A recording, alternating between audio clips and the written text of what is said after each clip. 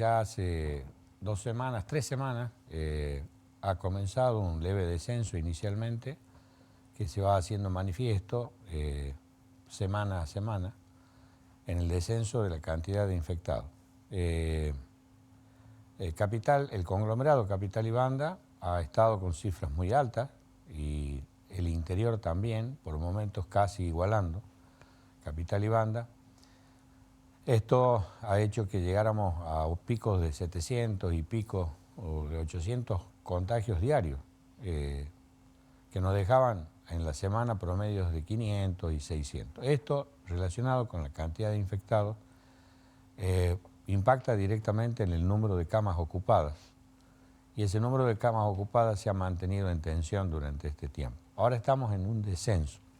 Si bien es progresivo, pero es un descenso.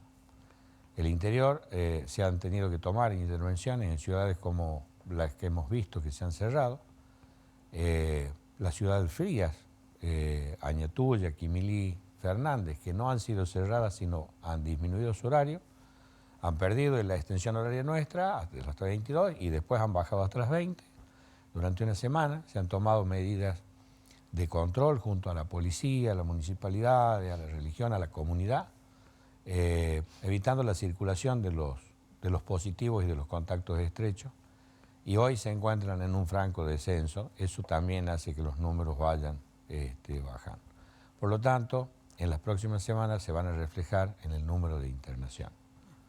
Doctor, se habla en el ámbito profesional, en el ámbito médico, que en la República Argentina estamos transitando los finales de una segunda ola. ¿Se piensa en una tercera ola? No tenemos más que mirar hacia el exterior. Así como al principio era todo importado, nos llegó y pensamos en la vacuna, nos preparamos estratégicamente. Nos involucramos en todo lo que es este año y evidentemente la primera ola estuvo, la segunda ola está. Las variantes son las que determinan las terceras olas. Aparentemente la variante Delta es una variante predominante. No estaría fuera de la cobertura de las vacunas, o sea que es buena, la cubrirían las vacunas, pero produce una alta contagiosidad a menor edad y obviamente con síntomas muy banales, como tos o resfrío en un paciente joven que piensa que se trata de un resfriado común, o en el verano pensando que se trata del aire acondicionado, o en invierno pensando que es un resfrío común, y contagia a mucha gente, sin hisoparse. La recomendación es que toda aquella persona que tenga síntomas de un resfriado pueda concurrir a consultar a la UPA más cercana, al hospital más cercano, y no está mal hisoparse para poder ir detectando. El tema es que estas variantes que ya ocupan casi el 70% del Reino Unido están distribuyéndose a nivel de todo el mundo y es la que va a predominar aparentemente en una tercera ola. Bien, doctor, en alguna oportunidad lo hemos escuchado decir a usted el año pasado, en medio de toda la cuarentena y las medidas, que la vacunación era un camino importante, que nos iba al final del camino tratar de mostrar esta luz que todos buscamos en materia de coronavirus. Hoy por hoy en Santiago del Estero se cuenta hasta a partir de esta jornada con un centro de vacunación permanente. Sin duda alguna es un logro muy importante y una mirada especial en materia de vacunación.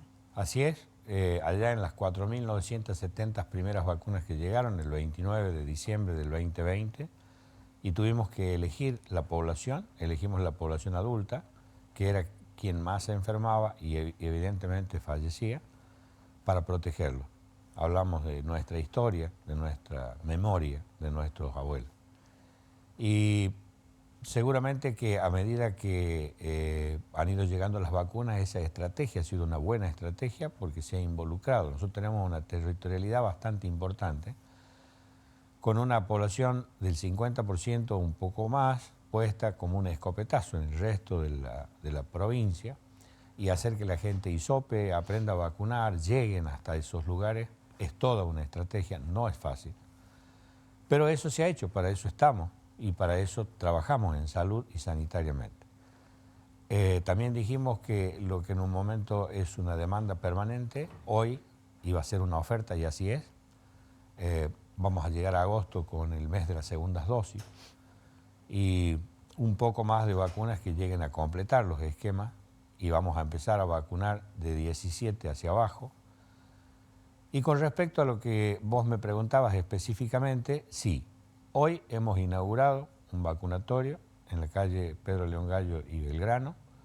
Es un vacunatorio permanente que trabaja de 9 de la mañana a 15 horas para todos aquellos que hayan perdido la oportunidad de las primeras dosis y segundas dosis, de todos los niveles. Eso habla de la solvencia en vacuna y la posibilidad de la aplicación diariamente para ir creciendo en número y en cobertura hacia todos los grupos etarios. Doctor, antes de cerrar la nota, me gustaría también consultarle algo muy importante que ha sucedido en la jornada de hoy y es la entrega de importante equipamiento y la continuidad del trabajo en red en los hospitales y en los centros de atención en el interior de la provincia. Así es, sanitariamente santiagueños somos todos y tenemos oportunidades fuera del conglomerado de Capital y Banda. Allí se encuentran los hospitales, las postas sanitarias, los hospitales de tránsito, los distritales, los hospitales zonales y los del corredor de Capital y Banda, que son los que contienen eso. Hace mucho tiempo, antes de la pandemia, comenzó un trabajo en red. Ese trabajo en red es la definición de los traslados y los circuitos que los enfermos deben llegar de acuerdo a la complejidad. Esa red ha sido perfectamente aplicable en esto y nosotros teníamos en Santiago del Estero un consumo promedio anual de 3 millones de metros cúbicos de oxígeno. Pero evidentemente ante lo que nos sucedió en el 2020 y en la definición con el COE, consultado con el gobernador de la provincia, que es el que preside el COE, hablábamos sobre el oxígeno y la cantidad de internados, porque si esta demanda existía en Santiago del Estero, a nivel país obviamente también iba a suceder. Y los productores de oxígenos tienen algún grado de monopolio, que no es malo ser monopólico mientras puedas cumplir. El problema es que si no puedes cumplir en una situación como esta, entonces el gobernador nos autorizó de alguna manera a buscar alternativas.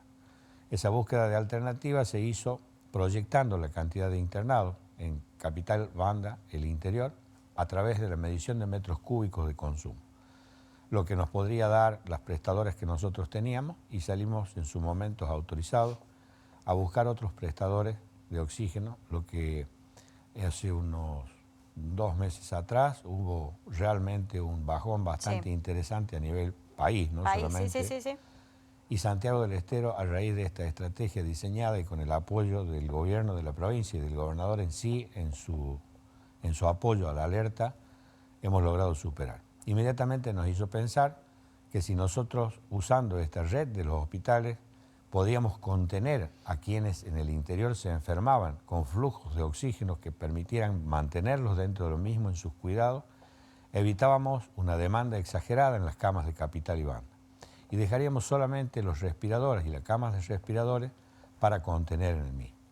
Entonces esa red se creó a través de los hospitales zonales, a los cuales se les generó una unidad de oxígeno, a donde casi se triplicó la cantidad de oxígeno, pero a su vez no para ventearlo, sino para regularlo. Para esto hacen falta herramientas también autorizadas, como son unos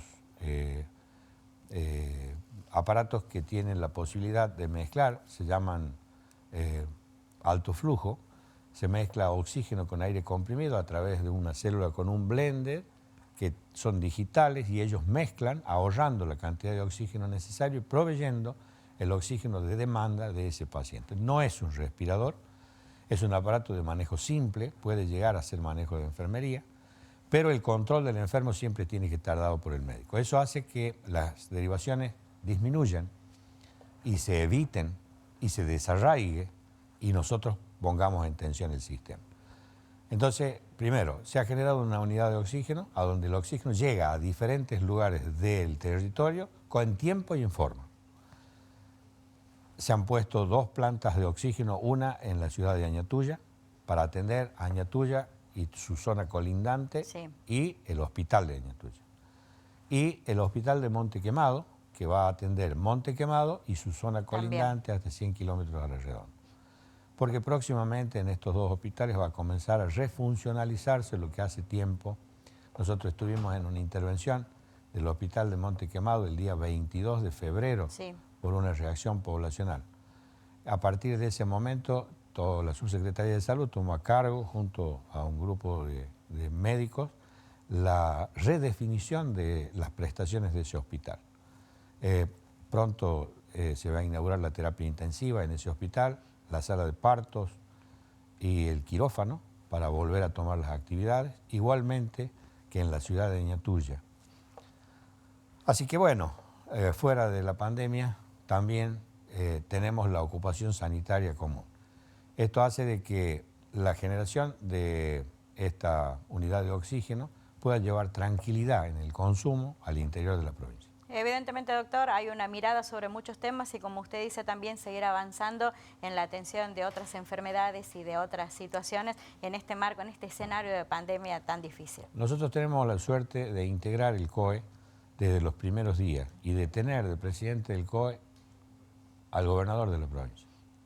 Contar con la presencia permanente en todo horario y a disposición de todo el tiempo de un gobernador de la provincia dentro del Ministerio de Salud es algo inédito. Yo esto lo quiero destacar porque nosotros podemos trabajar con tranquilidad porque no hemos tenido retaseo ni de hora, ni de día, ni de economía, ni de si tiene obra social o si no tiene obra social. La cobertura es para todos los santiagueños. Y eso es lo que ejecutamos, el mandato. A seguir cuidándonos, doctor. Parece una frase hecha, repetitiva, pero creo que todavía muy necesaria. Es la nueva realidad, ya lo hablamos en el 2020, que esto no salíamos simplemente, por lo tanto, esta pandemia que tiene que ver con lo socio, cultural y sanitario nos obliga al barbijo, a la sanitización, a la distancia social y a la conciencia social.